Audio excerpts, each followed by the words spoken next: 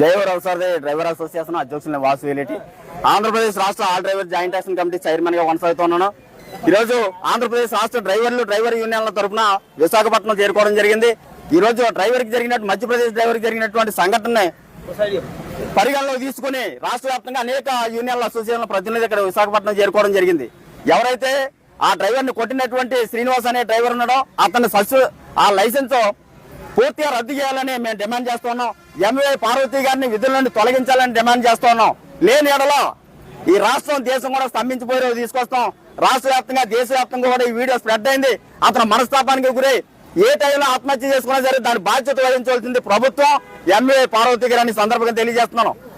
కళ్ళు పోయింది ఆ డ్రైవర్ కి, పళ్ళు కదిలిపోయాయి, పక్కటెముకలన్నీ విరిగిపోయాయి. ఎవరిని రౌడీని తీసుకొచ్చి వాహనాలు ఆపడానికి పెట్టుకుంటారా? మీరు లైసెన్స్ ఉందని చూపించి అతను డ్రైవర్ గా పెట్టుకున్నారు. అతను రౌడీనా?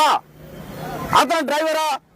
ఒక డ్రైవర్ వెళ్ళి ఇంకో సాటి డ్రైవర్ని ఎలా కొడతాడు? మీరు వాహనాలు తనిఖీలు చేయండి, బండి ఆపండి, పక్కా తీసుకెళ్తారు, బండి పక్కా తీసుకొచ్చి ఫైల్ తీసుకొస్తారు, కాగితాలు తీసుకొని మీకు చూపిస్తారు. బండి ఎక్కే కొట్టు అధికారం మీకు ఎవరిచ్చారు? అధికారులకు డ్రైవర్లను కొట్టే హక్కు ఎవరిచ్చారు? రాష్ట్రం మొత్తం దేశం మొత్తం స్తంభించిపోతే రవాణా రంగ కార్మికులు తెలుసుకుంటే ప్రభుత్వం తక్షణ చర్యలు చేపట్టాలి.